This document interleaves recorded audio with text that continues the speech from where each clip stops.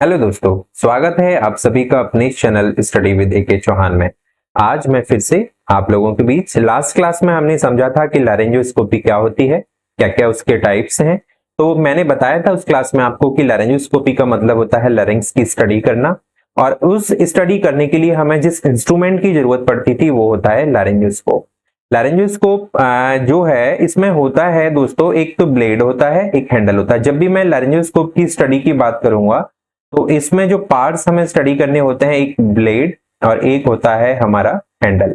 Blade में क्या लगा होता है? ब्लेड में बल्ब होता है जो हमारा लाइट सोर्स होता है, और हैंडल में क्या होता है? हैंडल में पड़ी होती है आपकी बैटरियां, और जो बैटरी होती है उस बैटरी का नाम होता है R14। 1.5 वोल्ट की बैटरी हमारी किसमें होती है? इस लैरिंजियोस्कोप में होती है, जो लाइट सोर्स का काम करती है। लैरिंजियोस्कोप में आम भाषा में आपको बताऊं तो इसका यूज दोस्तों जो हम करते हैं वो करते हैं इंटुबेशन के लिए, और इंटुबेशन का मतलब होता है पेशेंट्स की ट्यूब डालना। जब भी पेशेंट्स अपना खुद का रेस्पिरेशन नहीं कर पाता है तो उस केसेस में हम उसको क्या करते हैं? मैकेनिकल वेंटिलेशन पर डालते हैं, और मैकेनिकल वेंटिलेशन पर डालने के लिए हमें ट्यूब डालने की जरूरत होती है। उस प्रोसीजर को ही कहते हैं इंटुबेशन। तो यहाँ पर मैंने डेफिनेशन लिखी भी है कि लैरिंजियोस्कोप होता क्या है? Laryngoscope is used for visualising the glottis to facilitate the intubation. हम जो लैरिंजियोस्कोप यूज करते हैं वो करते हैं इंटुबेशन करने के लिए, जिससे हमारा ग्लॉटिस को विजुअलाइज किया जा सके। ठीक है। और अगले इसमें अगली लाइन में लिखा है इट कंसिस्ट ऑफ हैंडल। एक हैंडल होता है which contains battery and a blade. Blade with a bulb. Blade में क्या होता है? एक बल्ब होता है। ये यहाँ पर देखेंगे आप, ये हमारा बल्ब है, ये हमारा पूरा ब्लेड है, और ये जो है हमारा पूरा पोर्शन क्या है? हैंडल। तो लैरिंजियोस्कोप क्या है? Laryngoscope is an instrument used to visualise the glottis to facilitate the intubation. ये यहाँ पर हमने देखा अपना लैरिंजियोस्कोप। अब बात आती है टाइप ऑफ लैरिंजियोस्कोप की। देखिए दोस्तों, लैरिंजियोस्कोप की जो टाइप्स होते हैं वो डिवाइड किए जाते हैं किसके आधार पर? ब्लेड्स के आधार पर, कि कैसा ब्लेड उस पर अटैच है, उसके आधार पर जो लैरिंजियोस्कोप्स हैं इनका क्लासिफिकेशन कर दिया जाता है। यही लिखा है यहाँ पर कि based on different blade shapes laryngoscopes are क्या किए जाते हैं? क्लासिफाइड किए जाते हैं, जिसमें पहला आ जाता है हमारा मैकिन्टोश। बिल्कुल जनरली या कहें बहुत ज्यादा यूज होने वाला जो ब्लेड है वो है हमारा ये मैकिन्टोश ब्लेड। इधर जो आप इमेज देख रहे हैं ये है मिलर ब्लेड की। दोनों में अंतर समझाऊंगा। फिलहाल मैकिन्टोश को समझते हैं। ये मोस्ट कॉमनली यूज्ड टाइप है। It has curved blade and is available in 4 sizes. देखिए, जो मैकिन्टोश स्कोप है, ये हमारा जो ब्लेड है, इसमें आप दोनों में, इसमें और इसमें एक अंतर दिखेगा कि इसमें जो शेप है हमारी ब्लेड की वो कैसी है? इसमें जो शेप है वो है हमारी कर्व। ठीक है। और इसमें जो शेप है वो है हमारी बिल्कुल स्ट्रेट, सिर्फ टिपी हमारी कैसी है? कर्व्ड है। जबकि यहाँ क्या है? यहाँ पर ये पूरा ब्लेड जो है कर्व्ड है। ये देख रहे हैं आप, ये पूरा कर्वेचर। तो ये है हमारा मैकिन्टोश ब्लेड, सबसे ज्यादा यूज होने वाला ब्लेड है। एडल्ट में यूज किया जाता है, पीड्स में भी यूज किया जाता है। इसके जो साइजेस अवेलेबल हैं मैकिन्टोश के, उन साइजेस की अगर मैं बात करूं तो 1, 2, 3, 4, ये 4 साइजेस जो हैं अवेलेबल हैं मैकिन्टोश ब्लेड के, जो एडल्ट और चिल्ड्रंस में यूज कर लिए जाते हैं। अब बात आती है आगे हमारी कि भाई मिलर ब्लेड्स क्या होता है और मिलर के क्या क्या फंक्शन है, उनको देखेंगे। मिलर कहाँ यूज करते हैं? बच्चों में यूज किया जाता है, ये मैंने आपको अभी बताया भी था। अब आता है हमारा अगला है मिलर ब्लेड। मिलर ब्लेड क्या होता है? It is a straight blade type with curved at the tip only. ये कैसा है? स्ट्रेट ब्लेड होता है बिल्कुल, और इसकी टिप जो होती है वो कर्व्ड होती है। It is again available in different sizes. इसके क्या क्या साइजेस अवेलेबल है? ये बहुत सारे साइजेस में अवेलेबल होता है। जैसे मैं बात करूं 00, 00 के बाद 0, 0 के बाद 1, फिर 2, फिर 3। तो ये जो 5 साइजेस हैं, इन 5 साइजेस में अवेलेबल होता है हमारा मिलर। अब मिलर को हम यूज करते हैं कहां पर? पीडियाट्रिक्स में, बच्चों में हम इसको यूज करते हैं। और ये जो हमारा मैकिन्टोश है ये हमारा एडल्ट में भी यूज होता है, और किस में यूज होता है? पीड्स। एडल्ट और पीड्स दोनों केसेस में यूज होता है मैकिन्टोश, सबसे ज्यादा कॉमनली यूज होने वाला ब्लेड है, जबकि मिलर को यूज किया जाता है पीड्स में। तो देखते हैं क्या है डेफिनेट आगे इसकी जो लिखा हुआ है यहाँ पर। The straight Miller laryngoscope blade is traditionally recommended for intubation in infants due to large size and flexibility of their infant epiglottis. देखिए होता क्या है, मिलर ब्लेड को हम ज्यादातर इन्फेंट्स में यूज करते हैं, बच्चों में यूज करते हैं। क्यों? क्योंकि जो बच्चों की जो एपिग्लॉटिस होता है उसका साइज काफी बड़ा होता है, और उसकी फ्लेक्सिबिलिटी भी क्या होती है? काफी ज्यादा होती है। इसीलिए हम जो है वहां पर यूज करते हैं मिलर लैरिंजियोस्कोप के ब्लेड को, और जबकि एडल्ट में यूज कर रहे होते हैं मैकिन्टोश ब्लेड को।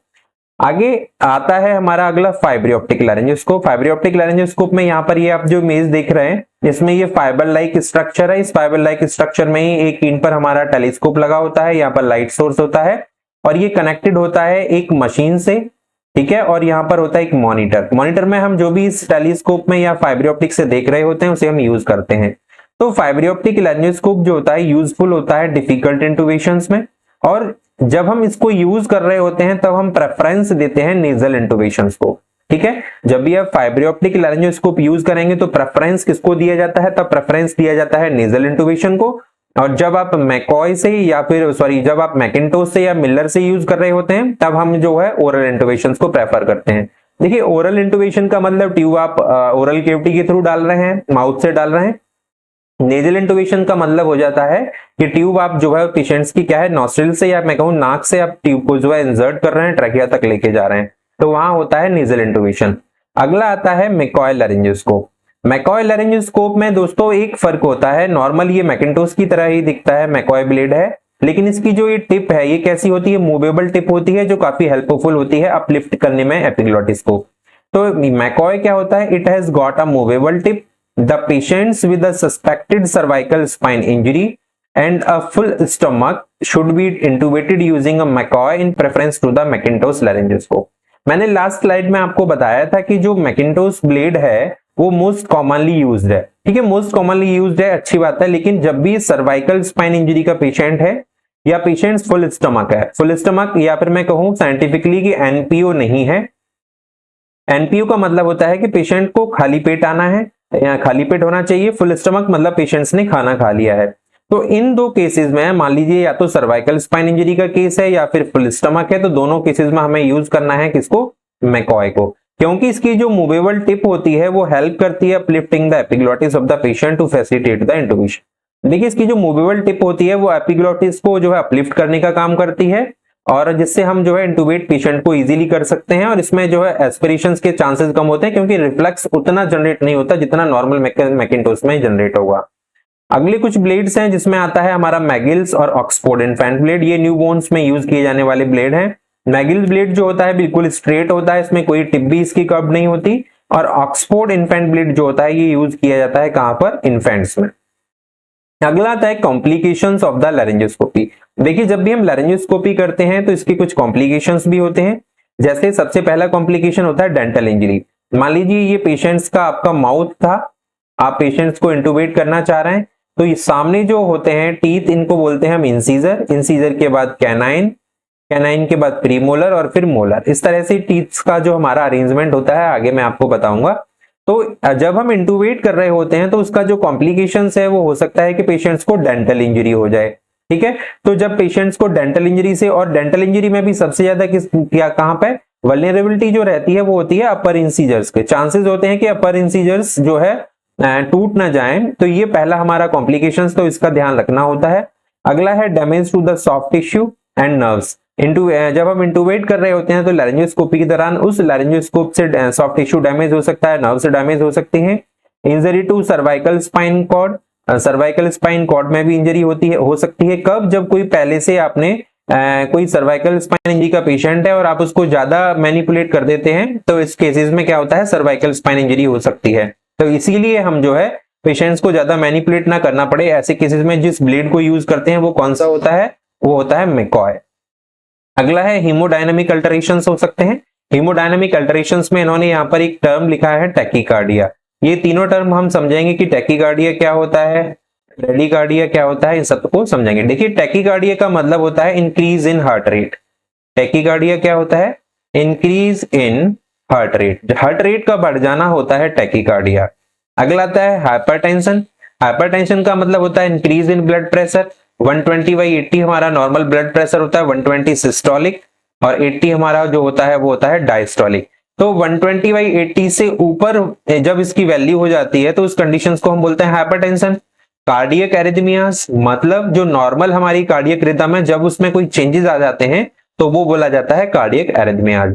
और अगला कॉम्प्लिकेशन हो सकता है वो है हमारा breakage and aspirations of bulb. मैंने आपको बताया था कि जो लैरिंजोस्कोप होता है इसमें क्या होता है, एक बल्ब लगा होता है जो लाइट सोर्स का काम कर रहा होता है। हो सकता है ये बल्ब लूज हो और ये क्या चला जाए, पेशेंट्स की ट्रैकिया में चला जाए या इसोफेगस में चला जाए, तो दिस में बी अ कॉज, या मैं कहूं दिस में be a complication of the इंटुबेशन। क्योंकि तो जब भी आप इंटुबेट कराएंगे तो आपको कई सारी चीजें ध्यान रखनी होती है। पहला कि आप जो है आपका लाइट सोर्स प्रॉपर होना चाहिए, आपके सेल फुली चार्ज होने चाहिए। दूसरा, आपका जो ब्लेड है वो अच्छे से फिट होना चाहिए लारेंजोस्कोप के हैंडल में, उसका बल्ब सही से जो है उसमें फिट हुआ होना चाहिए, ऐसा ना हो वो लूज हो और वो पेशेंट्स की ट्रैकिया में चला जाए।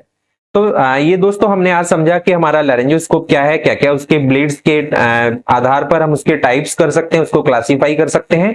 जिसमें हमने समझा था कि सबसे पहले मैंने बताया था आपको, एक ब्लेड हमने देखा था, क्या था, मैकिन्टोश हमने समझा। मैकिन्टोश के बाद दूसरा हमने जो समझा था वो हमने समझा था अपना मिलर। मिलर के बाद तीसरा हमने जो लैरेंजोस्कोप देखा था वो देखा था फाइब्रियोप्टिक। फाइब्रियोप्टिक के बाद जो चौथा हमने देखा था ब्लेड, वो चौथा हमने यहाँ पर समझा था मैकॉय। एक सेकेंड, चौथा हमने क्या समझा था, मैकॉय समझा था।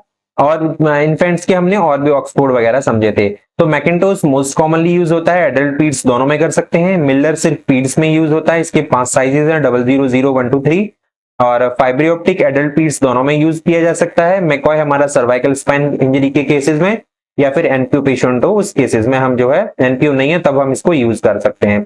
तो आशा करता हूं वीडियो आपको अच्छा लगा होगा, समझ में आया होगा। बने रहिए मेरे साथ।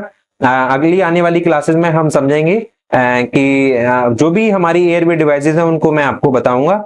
तो इसी के साथ चैनल को लाइक, शेयर और सब्सक्राइब करना ना भूलें। इसी के साथ धन्यवाद, नमस्कार।